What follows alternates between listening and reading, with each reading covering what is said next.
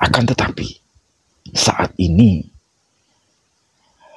nampaknya Pak Prabowo sudah menyadari bahwa mereka bukanlah keturunan Rasulullah, bahwa mereka bukanlah zuriyah dari Rasulullah, bahwa mereka hanya menjual nasab mengaku-ngaku keturunan Rasulullah hanya untuk memecah belah negeri ini.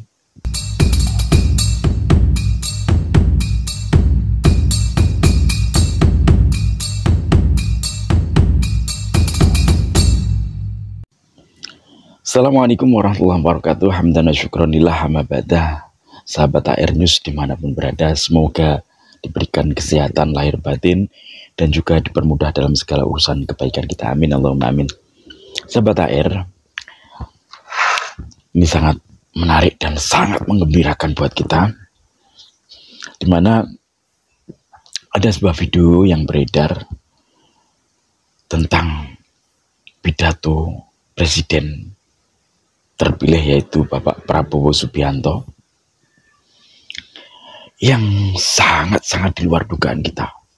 Karena apa? Karena sebagaimana yang kita tahu, dulu Pak Prabowo itu dekat banget dengan Rizik Syihab, dengan kelompok-kelompok intoleran.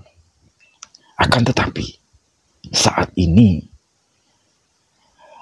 nampaknya Pak Prabowo sudah menyadari bahwa mereka bukanlah keturunan Rasulullah, bahwa mereka bukanlah zuriyah dari Rasulullah, bahwa mereka hanya menjual nasab mengaku-ngaku keturunan Rasulullah hanya untuk memecah belah negeri ini.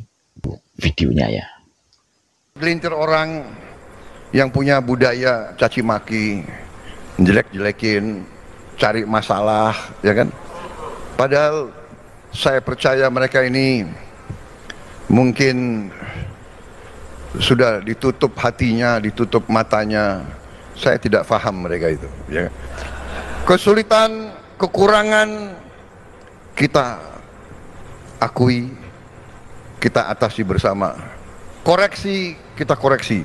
Tapi bangsa yang besar janganlah mempunyai adat, mempunyai kebiasaan caci maki antara kawan, caci maki dengan pemimpin. Caci maki itu saya kira tidak baik. Itu bukan ajaran agama kita, itu bukan ajaran agama-agama lain pun. Saudara-saudara, rakyat kita tidak suka mereka-mereka yang bicaranya kasar, ya. Pribadi kita bukan pribadi seperti itu. Jangan bawa budaya-budaya dari mana. Bangsa Indonesia adalah bangsa yang penuh sopan santun. Saudara-saudara, kritik dengan baik, koreksi dengan baik. Saudara-saudara sekalian, dan akan terbukti tidak lama, pasti semua yang berbuat tidak baik akan kelihatan dan akan ketahuan. Dan kita, tadi saya katakan, kita harus berani koreksi diri.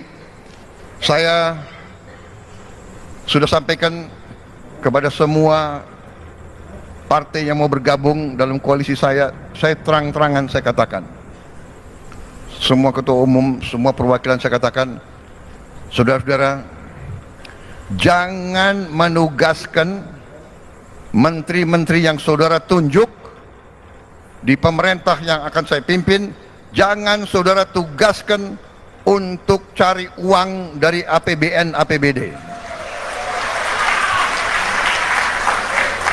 Zamannya sekarang susah. Ini zaman digital, ini zaman teknologi, ini zaman pengamatan sangat cepat. Jangan coba-coba. Tapi kita mengakui, kita dengan cara yang halal, dengan cara yang baik, kita mengerti setiap institusi, setiap organisasi, setiap partai politik pasti perlu uang, pasti perlu sumber daya. Ini terbuka saja kita. Mari kita kelola kekayaan kita sehingga kita bisa mendukung semua institusi dengan baik, terang-terangan. Kenapa tidak? Peluang ekonomi kita sangat besar, kekayaan laut kita sangat besar, pantai kita salah satu terbesar di dunia, 90.000 hektar lebih panjang pantai kita. Kita bisa buat budidaya ikan dan sebagainya. Saudara-saudara, tidak akan panjang lebar di sini saya bicara tentang komoditas dan kekayaan kita. Tapi cukup saya katakan, saya yakin dan percaya dengan manajemen yang baik, dengan kebersatuan kita, persatuan politik kita, kita bisa mengelola kekayaan kita dengan sebaik-baiknya. Kebocoran yang begitu besar harus kita hentikan.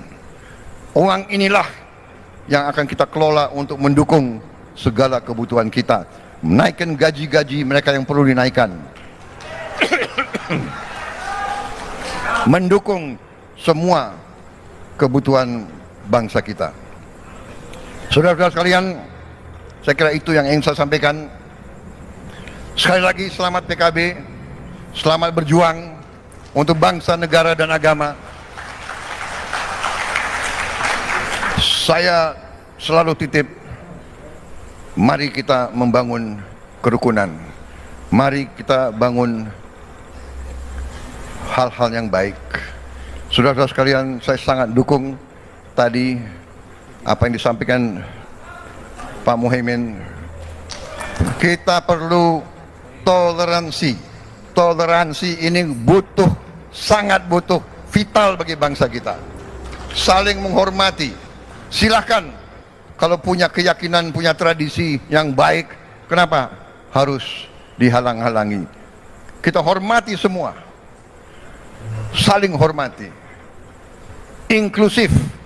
Jangan kita cari perbedaan, mari kita cari titik-titik persamaan dan persatuan, dan menjaga kekayaan tersebut. Nah, video dari Pak Prabowo yang cukup mencengangkan buat kita ya. Dan ini saya merasa mendapat angin segar. Saya merasa NU, masyarakat NU, warga NU khususnya, karena yang paling banyak percaya dengan khurafat para Habib, yang banyak percaya terhadap doktrin para Habib, itu hanya orang-orang dari warga Nahdlatul Ulama. Jadi ini suatu kabar gembira bagi saya khususnya, dan bagi semua sobat AR News, dan juga buat warga Nahdien pada umumnya. Jadi ketika ada orang-orang yang ada di barisan NU, orang-orang yang ada di jajaran struktural NU, kok membela Ba'alawi, kok membela Rizik Syihab, kok membela mereka yang para habaib dari Yaman, maka siap-siap saja kalian akan tergerus, ya, kalian akan tergerus, karena tegas Pak Prabowo mengatakan bahwa orang-orang yang semacam itu tidak baik. Pak Prabowo sudah mulai berlawanan, sedangkan kita tahu Pak Prabowo ini adalah orang yang mempunyai basic sebagai seorang prajurit, pasti memegang sumpah janji prajuritnya. Dan saya yakin orang-orang yang akan merusak negeri ini dengan dalih apapun pasti akan disikat oleh Pak Prabowo, karena saya tahu Pak Prabowo itu orang yang mencintai negeri ini. Dan semoga setelah beliau dilantik menjadi Presiden Republik Indonesia 2024-2029, saya berharap Bapak Prabowo benar-benar bisa menyumbat atau menutup ruang-ruang bagi mereka semua, baik dari segi manapun lah, di pemerintahan, di organisasi yang terlarang. Semoga Pak Prabowo tidak memberikan panggung, tidak memberikan ruang buat mereka, agar mereka tidak lagi bisa memprovokasi, tidak lagi bisa membuat narasi-narasi liar di masyarakat. Karena sebagaimana yang kita tahu, sedikit-sedikit Rizik Syihab ini selalu mengatakan perang, selalu mengatakan perang. Padahal negara lagi damai-damainya kok perang. Saya yakin kenapa Pak Prabowo ini sekarang berseberangan dengan Rizik Syihab. Karena mungkin Pak Prabowo kan pernah dekat ya. Bagaimana kedekatan Pak Prabowo dengan Rizik Syihab waktu itu, sedikit banyak Pak Prabowo bisa menilai. Apalagi setelah Pak Prabowo ada dalam jajaran pemerintahan Pak Jokowi dalam 5 tahun terakhir kemarin, pasti Pak Prabowo tahu banget itu sepak terjalnya Rizik Syihab, dan mungkin juga dari Badan Intelijen itu ada yang juga ngasih kabar tentang ini. Itu saya berharap banget orang-orang yang berafiliasi ASN ataupun orang-orang yang ada dalam institusi kepolisian, institusi TNI ya, yang berafiliasi dengan para habaib, yang ada hubungannya dengan para habaib, yang ada pemahaman dengan para habaib, saya mohon Pak Prabowo dapat menetralisir pengaruh-pengaruh daripada Habib-Habib. Karena sebagaimana yang kita tahu, dulu Habib ini dan sangat digunakan di era Pak Jokowi, itu digunakan juga. Walaupun sebagian dari mereka berseberangan, akan tapi ada beberapa habaib yang kelihatannya lembut itu dipakai. Seakan-akan mereka itu mendukung pemerintahan, padahal sebenarnya enggak. Mereka itu punya peran masing-masing aja. Mereka punya peran masing-masing. Ini kalau saya ngomong kayak gini pasti dibilang, enggak lah, itu cuma oknum. Oknum yang mana yang oknum? Mereka punya peran. Kalau memang oknum, pasti mereka sudah ada teguran dari organisasi mereka, organisasi resmi mereka, yaitu Robito Alawiyah. Terbukti Robito Alawiyah nggak pernah ada teguran. Bahkan ketika Rizik Syihab yang provokatif dalam ceramahnya, ketika diingatkan, dikritik, itu Taufik Asyighab malah ngamuk-ngamuk. Taufik Asyighab malah ngamuk-ngamuk. Justru Taufik Asyighab itu mendukung Rizik Syihab, padahal Taufik Asyighab ini kan ketua daripada Robito Alawiyah.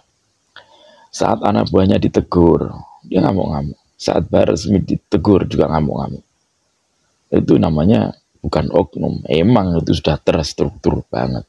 Sama dengan Habib Lutfi. Pak Lutfi bin Yahya ini juga nggak pernah negur Rizik Syihab, nggak pernah. Kok terus membuat klarifikasi itu hanya oknum semata, mohon maaf, nggak ada juga. Jadi mereka sudah punya peran masing-masing. Ada yang